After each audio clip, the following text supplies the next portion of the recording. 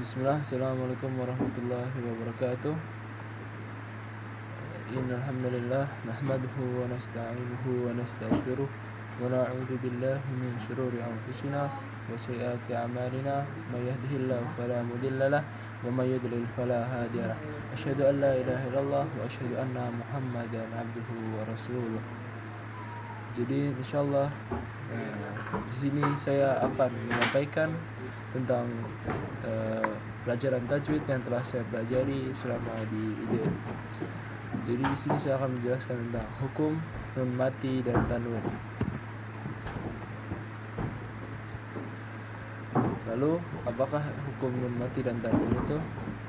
Hukum nun mati dan tanwin adalah salah satu aturan atau salah satu ilmu penting dalam ilmu tajwid yang mengatur cara membaca nun mati atau sukun atau tanwin saat bertemu dengan huruf-huruf tertentu dalam Al-Quran. Hukum ini terdiri dari 4 jenis: idhar, idgham, iqlab, dan ikhfa. Pengertian 1. Apa itu idhar? Ya, idhar adalah dibaca jelas tanpa dengung. Jadi ketika kalian membaca sesuatu dengan jelas tanpa dengung, maka itulah idhar. Kapan berlaku kita membaca sesuatu dengan hukum idhar? Yaitu jika nun mati atau tanwin bertemu dengan huruf-huruf idhar halki. Ya, kalian bisa melihat huruf-huruf dari idhar halki adalah hamzah, ha, kha, ain, ghain, ha. Ya, itu adalah hukum atau huruf-huruf yang jika bertemu dengan nun mati atau tanwin maka akan menjadi idhar. Contoh dari bacaan idhar adalah ainul hadi. Ya, di situ terdapat idhar, yaitu ketika mati dan tanwin bertemu dengan ain, ha, kha, a, gha, dan ha. Ya. Lalu lanjut adalah idgham. Idgham terbagi menjadi 2, idgham bi gunnah dan idgham bila gunnah. Idgham bi gunnah adalah idgham yang dibaca dengan dengung, dan idgham bila gunnah adalah idgham yang dibaca tanpa gunnah. La artinya tidak atau tanpa gunnah. Ya. Pengertian dari idgham adalah dibaca dengan memasukkan nun mati atau tanwin ke dalam huruf setelahnya, disertai atau tidak disertai dengung. Itulah yang dinamakan dengan gunnah. Jenis gunnah adalah idgham bi gunnah. Ya, ini yang pertama adalah idgham bi gunnah, dibaca dengan dengung. Kapan berlakunya hukum idgham bi gunnah? Ialah jika nun mati atau tanwin bertemu dengan huruf ya, na, ma, wa. Ya. Contoh dari idgham bi gunnah ialah bi an nasi.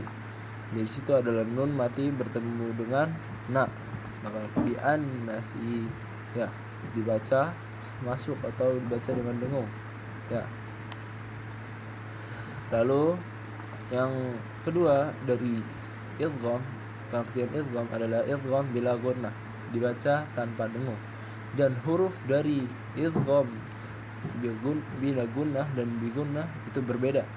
Idgham bi gunnah memiliki 4 huruf, yaitu ya, na, ma, wa. Tetapi idgham bila gunnah hanya memiliki 2 huruf, lam dan ra. Contoh dari idgham bila gunnah ialah walillahi. Ya. Itulah contoh dari bila gunnah, walillahi. Ketika hukumnya adalah sama jika nun mati atau tanwin bertemu dengan huruf lam dan ra. Lalu ketiga ialah iqlab. Iqlab adalah pengertian yaitu dibaca dengan mengubah nun mati atau tanwin menjadi huruf mim. Kapan berlaku? Ialah jika nun mati atau tanwin bertemu dengan huruf ba. Contoh mim ba'di. Ya, di sini nun mati bertemu dengan ba, mim ba'di. Lalu keempat yang terakhir ialah ikhfa. Pengertian dari ikhfa ialah dibaca samar dengan dengung. Ya. Kapan berlaku? Jika nun mati atau tanwin bertemu dengan huruf. Ya, huruf dari ikhfa ialah yang terbanyak. Ada ta, tha, ja, da, za, zain, shin, shin, sad, dha, ta, dha, fa, qaf dan kaf. Ya, itulah huruf-huruf sisa yang akan dibaca menjadi ikhfa. Ya, contoh adalah min ta am, ya. Ialah ketika nun mati bertemu dengan ta, maka itu menjadi ikhfa. Ya, dengan memahami hukum-hukum yang telah kita pelajari, telah saya jelaskan, mudah-mudahan kita semua dapat membaca Al-Quran dengan lebih baik dan tepat sesuai dengan aturan tajwid yang diajarkan oleh Rasulullah SAW. Mungkin itu saja dari saya. Kurang lebihnya mohon maaf. Billahi taufiq wal hidayah.